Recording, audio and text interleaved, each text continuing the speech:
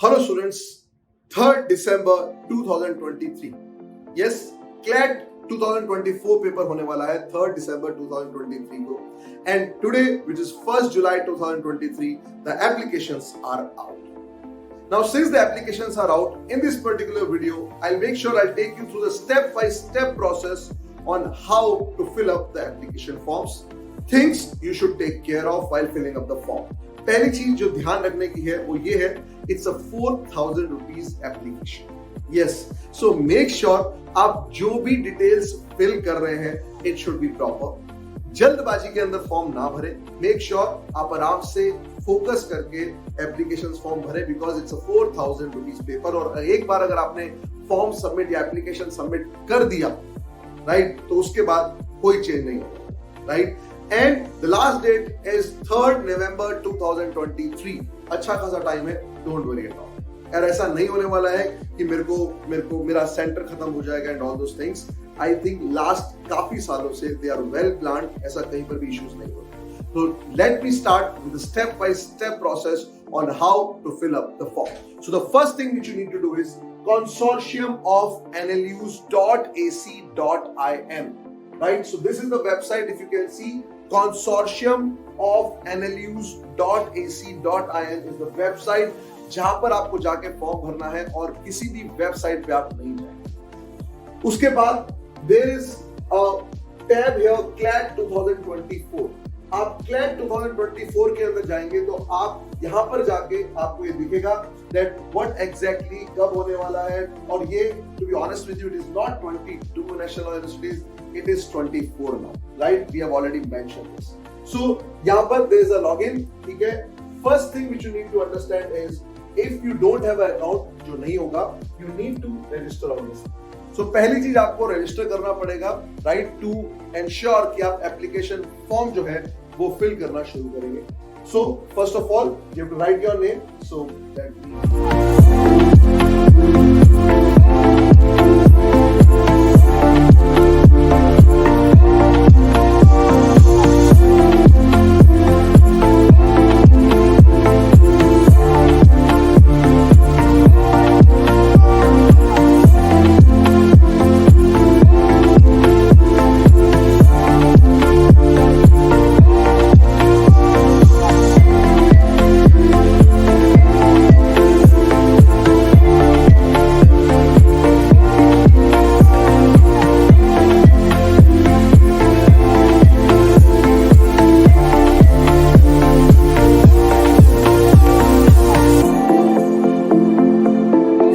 की जरूरत नहीं है बिकॉज एप्लीकेशन फॉर्म फिल करते वक्त आपको प्रॉपर नेम अच्छी तरीके से डालना है. बट देन टू यहाँ पर थोड़ा सा ऊपर नीचे हो जाएगा तो चलेगा. So don't worry at all. So your complete name, then followed up by mobile number. Mobile number सही तरीके से डालिएगा बिकॉज ओटीपी आएगा आगे रजिस्टर करने के लिए. एंड दैट मोबाइल नंबर जो है वो रखिएगा जो आप चेंज नहीं करने वाले, जो आप रेगुलर यूज करते हैं, जहां पर आप कोई भी इंफॉर्मेशन मिस नहीं करते.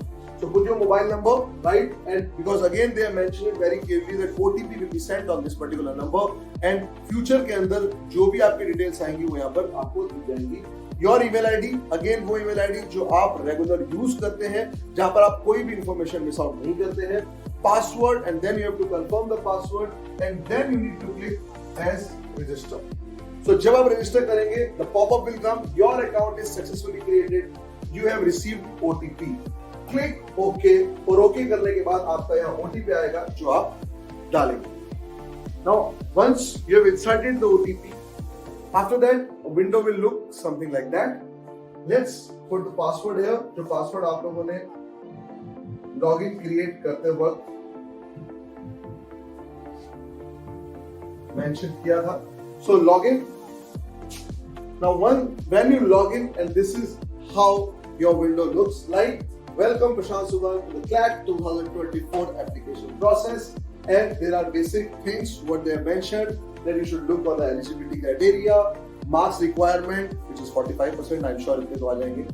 Eligibility requirements for seat and reservation categories, so that's what they have mentioned, and whatever terms and conditions, CLAT rules and all, you should be well versed with that, right? So that's what they are talking about. And then they are saying candidates are advised to go to the e-brochures provided by the NLUs. So please do that before filling up the form. So थोड़ा सा आगे चलते हैं. एक चीज बहुत clearly यहाँ पर मेंशन है, NRI sponsored category wherever applicable, because there are NLUs जो कि NRI sponsored category देते हैं, is subjected to the outcome of the decision of Supreme Court of India. मतलब जो NRIs के अंदर इंक्लूड किए जाएंगे नहीं किए जाएंगे, this is as per the directive and this is given in the respect on the respective NLUs website as well. So don't worry, जहां पर जिसको कोई भी कंफ्यूजन है, respective NLUs की वेबसाइट पे जाएंगे and you can see that. ठीक है? So here we go. So you are applying for a UG program for the students who are in 12th and they are applying for 3rd December 2023, while in 12th has to opt for a undergraduate program, 5-year LLB program, and then you have to click apply for CLAT 2024. You have selected this, confirm, and just click OK. Okay, here we go. There are 5 things which they have mentioned. The first one is your personal information, going on with your communication details, followed up by qualifying examination detail, test center preference which they ask, and then followed up by reservation, wherein they will ask whether you are from a domicile category or an NRI category or NRI sponsored category or SC, ST. All these things will be mentioned here. So let's go. Photograph. So you need to upload a photograph. Once you click on upload photograph, so आप यहाँ पर photograph click करेंगे, upload करेंगे, and they have mentioned it again that upload your recent photograph in JPEG PNG format. आपकी recent photograph होनी चाहिए, that is point number 1. And मैं हमेशा ऐसा suggest करूंगा, आप अभी जो photograph insert कर रहे हैं, the same photograph you should carry while going for exam as well. So photograph should be similar. ऐसा नहीं है कि first class की photograph लगाता है कि बेकार पड़ी हुई है लगा दे. Please don't do that. ठीक है? So the photograph has to be recent photograph and it has to be in the format of JPG PNG format. So मेरा suggestion है students से already JPG format के अंदर scan photograph insert करके रखिए. And with that signature. Now your signature का background has to be white. White background पे black pen से signature. I think that is the optimum thing which you should do. And then you have to upload again. Your signature has to be in a JPG PNG format. So ये दोनों चीजें before you start the application form needs to be there. और वो जो आप upload करेंगे that has to be visible here. अगर आपकी यहाँ image visible नहीं हो रही है तो समझ लेना वो अभी upload नहीं हुआ. Right? थोड़ा सा आगे चलते हैं हम लोग. Applicant name as shown in 10+2 certificate. So they want कि आपका 10+2 certificate में नाम है वही लिखेंगे. Your gender here, parent guardian name, yeah, and date of birth. Select date. So when I'm saying date, they are asking the date here. They are asking the date, month, and year. उसके बाद do you qualify under NRI category? तो जब आप NRI category की बात करेंगे, यहाँ no या यस दो ऑप्शन आएंगे. NRI कैटेगरी कौन है वो अगेन आप जब वेबसाइट्स पे जाएंगे या जो भी NLUs की NRI कैटेगरी के अंदर देखेंगे आपको पता लग जाएगा. उसके बाद do you qualify under NRI sponsor category. So these two are different. One, when we are talking about NRI category, which means आप खुद as a student खुद एक NRI है. And when I'm talking about NRI sponsored category, NRI sponsored के अंदर any of your relative is sponsoring you for studies, that is NRI sponsored category. Which means a relative who is not residing in India but abroad can sponsor you for your studies. All the NLUs, they don't have a NRI sponsored category. NRI category हालांकि majority of the NLUs में आपको मिल जाएगी, but NRI sponsored category बहुत ही limited NLUs के अंदर है. So make sure आप ये NRI selected जो है आराम से करेंगे. And here the difference as far as fees is concerned, yes it's there. अब now the second thing is यहाँ पर जब student select करता है NRI या NRI sponsored category, एक क्वेश्चन जो आता है स्टूडेंट्स का, सर अगर मान लो if let's say I am qualifying as a general candidate as far as CLAT is concerned, and if I select here NRI or NRI sponsored category, will I qualify there? और या फिर वो मुझे सिर्फ NRI category के अंदर ही count करेंगे? So no. So पहले आपको जनरल कैटेगरी के अंदर अगर आपने कट ऑफ क्लियर कर लिया है, so you will be qualified for the general category. And if not, अगर वहां पर आपका नंबर नहीं आता, if you are not able to clear the cut off, then only you will be taken, I mean these particular categories will be taken into consideration, which is NRI and NRI sponsored. And yes, the fees for NRI and NRI sponsored candidate is different from a student who is applying or who is taking admission as normal candidate. So that is NRI and NRI sponsored. And एक चीज और, अगर आपको लग रहा है that if you want to fill the form at this point of time, you can do that.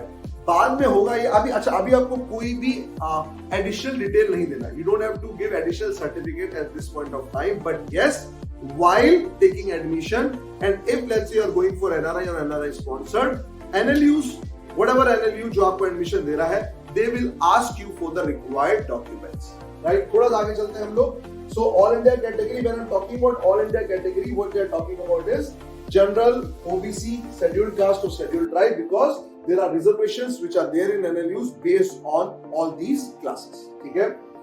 Suppose that यहाँ पर आपको बोल रहा है कि अगर आपका स्पेसिफिकली यहाँ पर SC, ST, OBC अगर आपके पास कैटेगरी है, यहाँ पर आपको ये सर्टिफिकेट अपलोड करना पड़ेगा, which was not the case of NRI here.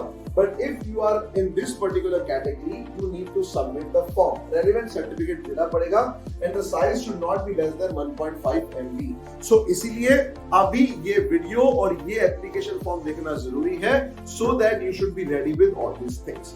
And I advise students generally, as a precautionary measure, make sure this certificate should be in English or Hindi rather than a vernacular language, because sometimes there are cases जहां पर बोला जाता है कि आप इसको English या Hindi language में कन्वर्ट करें. ठीक है? Do you qualify the person with PW category? So अगर आप PW कैटेगरी के अंदर है, so आपका परसेंटेज डिसेबिलिटी का सर्टिफिकेट अगेन होना चाहिए, because अगेन PWD कैंडिडेट्स की कट ऑफ भी जो है वो अलग से निकलती है. So you need to show this particular percentage as well. Do you qualify under BPL? अगर आप BPL के अंदर क्वालिफाई कर रहे हैं तो that is a separate category as well. So all these things should be mentioned in your personal information. And once you are done with this, just click here and click save as draft. Which means आप application submit नहीं कर रहे हो, आपने जो भी information file करी है that should be saved as draft. Once you are done with personal communication, let's move to communication details. Now communication details, let me take you guys through. Correspondent address, which is your current address where you are residing.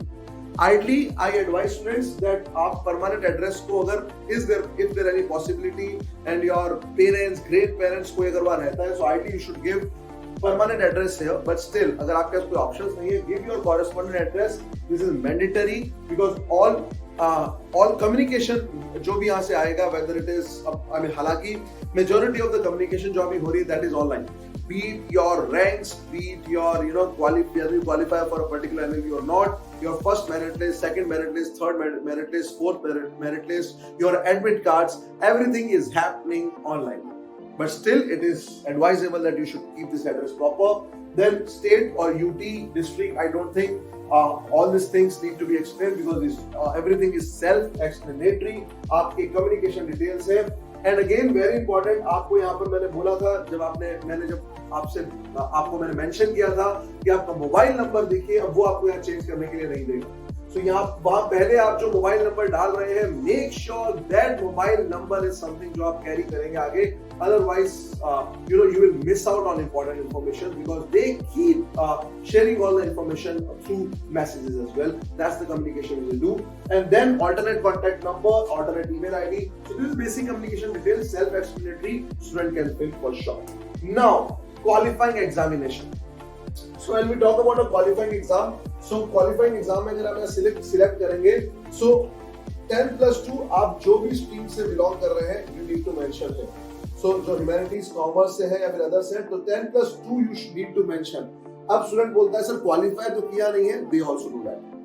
They also know that. I'm coming to that. So 10+2 board university, जो भी आपका board है यहाँ पर आप mention करेंगे, it's mandatory.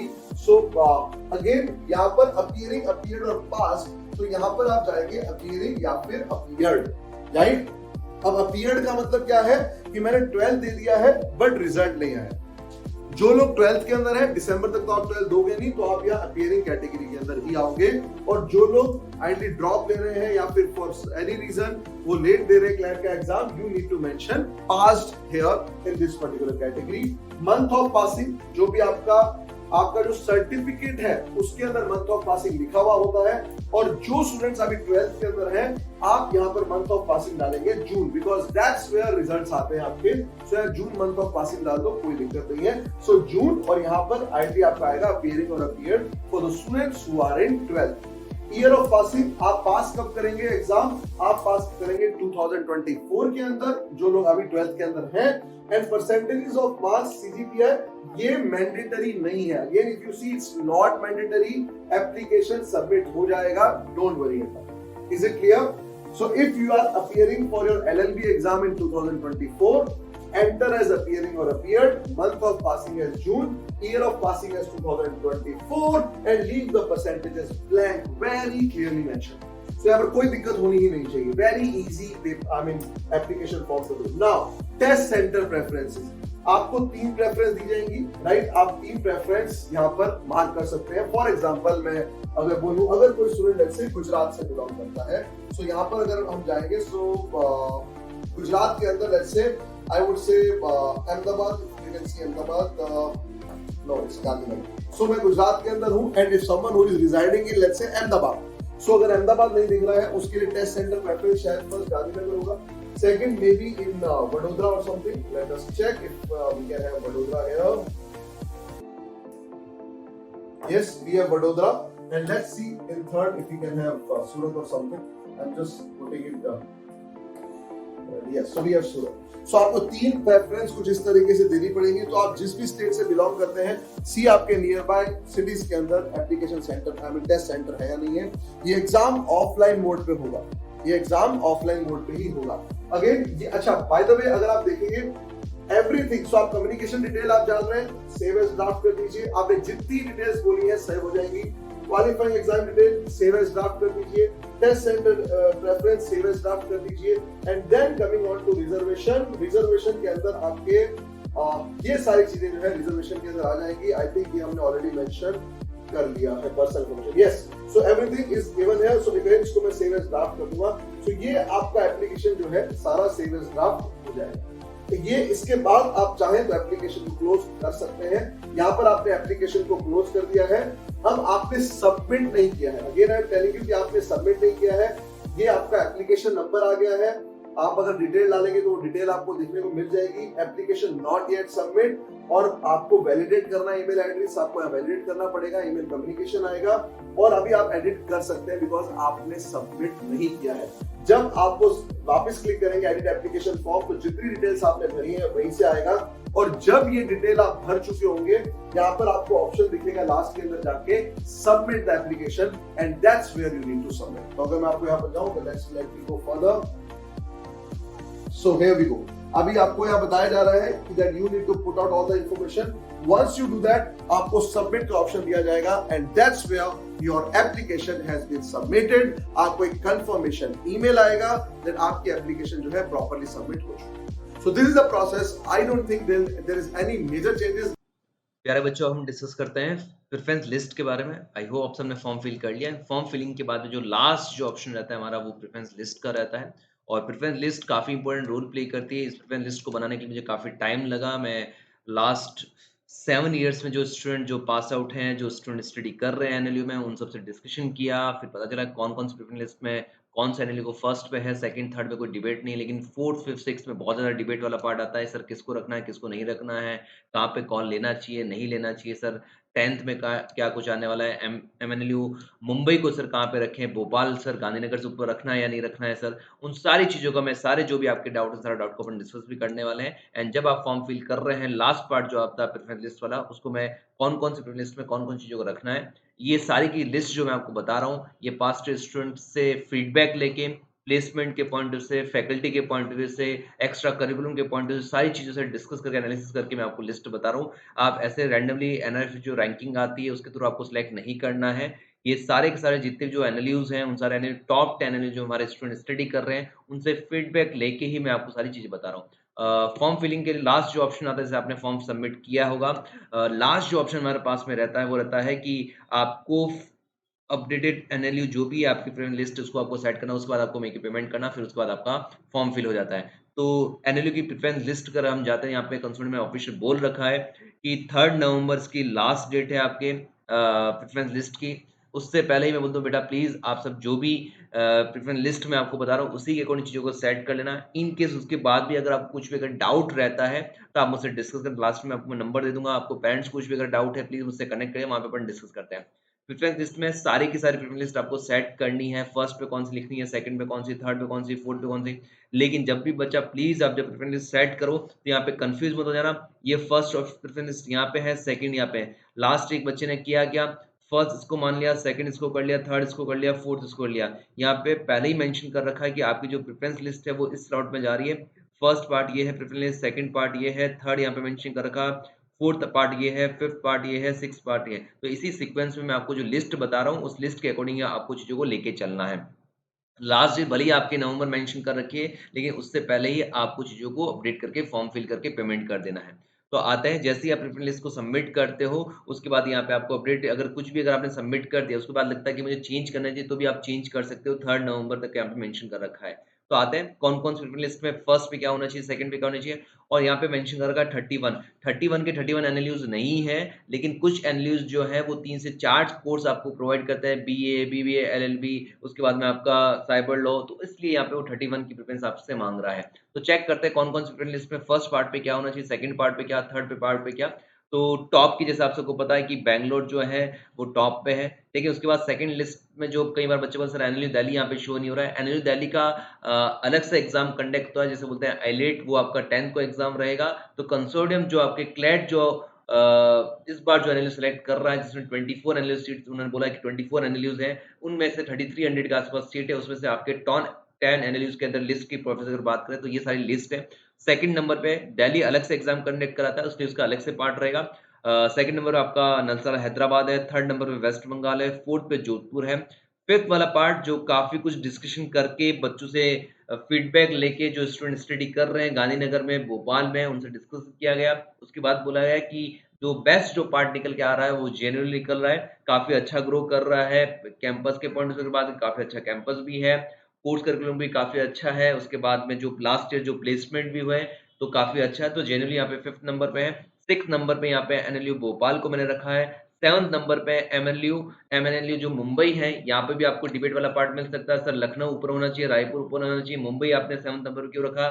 Mumbai campus जो है अभी इनका फिक्स एक कैंपस सेट नहीं हो पाया, बिल्डिंग चेंज होती जा रही है, लेकिन फैकल्टी के पॉइंट से अगर हम डिस्कस करें, और मुंबई जो है इंडिया की फाइनेंशियल कैपिटल है, कॉर्पोरेट वर्ल्ड के लिए काफी अच्छा है, तो डेफिनेटली आपको सेवंथ नंबर उसको लेके जाना चाहिए। जो लास्ट पास से जो स्टूडेंट स्टडी कर रहे हैं उसके बेसिस पे मैंने यहाँ पे सेट किया है। आप मुझे बोलोगे उस बच्चे का मैं आपको नंबर दे दूँ, टॉप 10 में अपने स्टूडेंट स्टडी कर रहे हैं, उसके बेसिस भी मैं आपको फीडबैक दे रहा हूँ। तो एमएनएलयू जो है यहाँ पे सेवंथ नंबर पे है, लखनऊ हमारा 8 नंबर आपको सेट करना है, रायपुर आपको 9th नंबर पे, 10th में आपको उड़ीसा सेट करना है। कई बार बच्चे करते क्या, 10th करने के बाद लास्ट वाला फिल करते, बेटा सारे के सारे एनएलयू को आपको फिल करना तभी आपका फॉर्म फिल होगा। 11th नंबर पे जब आप फर्स्ट वाले पार्ट पे आते हो तो यहाँ पे मेंशन कर रखा है मैंने भोपाल को, वापस यहाँ मेंशन कर रखा है क्योंकि भोपाल साइबर लॉ के अंदर भी आपका अगर फिजिक्स, केमिस्ट्री, बायोलॉजी है, अगर आप पीसीएम सब्जेक्ट है तो आप इसको लेके चल सकते हैं। तो साइबर लॉ के लिए अगर आपको जाना है, अपना करियर सेट करना है, तो डेफिनेटली आपके लिए भोपाल काफी अच्छा है। उसके बाद वेस्ट बंगाल ने लास्ट ईयर ये स्टार्ट किया, साइबर लॉ है आपके भोपाल ने लास्ट से लास्ट स्टार्ट किया था, लेकिन वेस्ट बंगाल ने लास्ट इसको स्टार्ट किया गया था, इसके लिए भी आप कॉल कर सकते हो। उसके बाद आपका पटियाला है, फिर आपका कोची है, फिर उसके बाद विशाखापट्टनम है, उसके बाद आपका नागपुर है, नागपुर में बीएलएलबी है एंड बीबीएलएलबी है, उसके बाद रांची है, पटना है, एंड देन उसके बाद जो चीजें आती है लास्ट वाला जो एनएलयू जिसके अंदर आपका गुवाहाटी है, जबलपुर है, सोनीपत है, एमएनएलयू आपके औरंगाबाद है, शिमला है, सिलवासा। एक बच्चों को काफी सारा डाउट ये भी है सर, सिलवासा के अंदर जो डोमिसाइल वाला पार्ट है वो यहाँ पे लिखा हुआ है जेएनएलयू सिलवासा, मतलब ऐसा नहीं कि जेएनएलयू में आपका एडमिशन हो रहा है, बोला ये गया है कि जेएनएलयू जो है सिलवासा को आपका ग्रो कराएगा, जो भी फैकल्टी है, जो भी एक्स्ट्रा करिकुलर वाला पार्ट रहेगा, जेएनएलयू उसको लेके चल रहा है। आने वाले टाइम में डेफिनेटली ये टॉप में आएगा, लेकिन अभी लास्ट ईयर स्टार्ट हुआ है, फर्स्ट बैच आपके इस साल आपका फर्स्ट सेमेस्टर निकलेगा तब बच्चों, लेकिन अभी जो फीडबैक आ रहा है कि अच्छा लेकिन अभी 1 ईयर फर्स्ट सेमेस्टर होने के बाद मैं आपको एक्चुअल फीडबैक दे पाऊँगा क्या कुछ चीज़ें। डेफिनिटली जेएनयू के अंदर ही जो डोमिसाइल वाला जो पार्ट है वो गुजरात का नहीं लगने वाला है क्योंकि सिलवासा की यूटी है, तो दमन, दीव, दादर, नागर ये सारे पार्ट मिलके आपका यूटी का पार्ट रहेगा, इसलिए आपको सिलवासा भी सिलेक्ट करना है। काफ़ी अच्छा कैंपस है, लेकिन जनरली ग्रो कर रहा है इसलिए मैं भी अब बोल रहा हूँ। लेकिन अभी 1 ईयर के बाद में फीडबैक आने स्टार्ट हो किस टाइप से, लेकिन सिलवासा को भी आप रख सकते हो एंड 31st पे आपका अगरतला है। तो ये आपकी प्रेफ़रेंस लिस्ट रहेगी। इन प्रेफ़रेंस लिस्ट को सबमिट करोगे, जैसे ही आप सबमिट करते हो यहाँ पे अपडेटेड प्रेफ़रेंस लिस्ट सबमिट कर लेते हो, तो आपके पास वापस ये टॉप इस टाइप का ऑप्शन हो जाएगा डेस्कटॉप और उसके बाद में आपको मेक ए पेमेंट करना है। पेमेंट करने के बाद आपका फॉर्म फिल हो जाएगा।